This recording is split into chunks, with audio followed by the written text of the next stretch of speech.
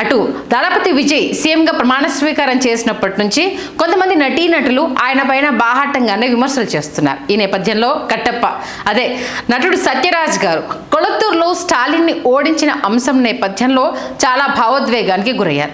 అసలు స్టాలిన్ని మీరు ఎలా ఓడించారు, మీకు శాపం తగులుతుంది అంటూ ఒకంత ఆయన ఏడ్ చేశారు. ఈ నేపథ్యంలో అంటే నటులు అన్న ఒక రంగును చూసి ఓటేయడం ఎంతవరకు సమంజసం అంటూ ఆయన చేసిన కామెంట్స్కు విజయ్ అంతే ధీటుగా సమాధానం ఇవ్వడం జరిగింది. నటుడు అని చూసేయడానికి నేను ఇంకేమన్నా ఏదైనా అనుకుంటున్నారా? అసలు ఎలా మాట్లాడతారు? మీకు ఓటేస్తే మంచి వాళ్ళు, మాకు ఓటేస్తే చెడ్డవాళ్ళు అని ఎలా మీరు మాట్లాడుతున్నారు?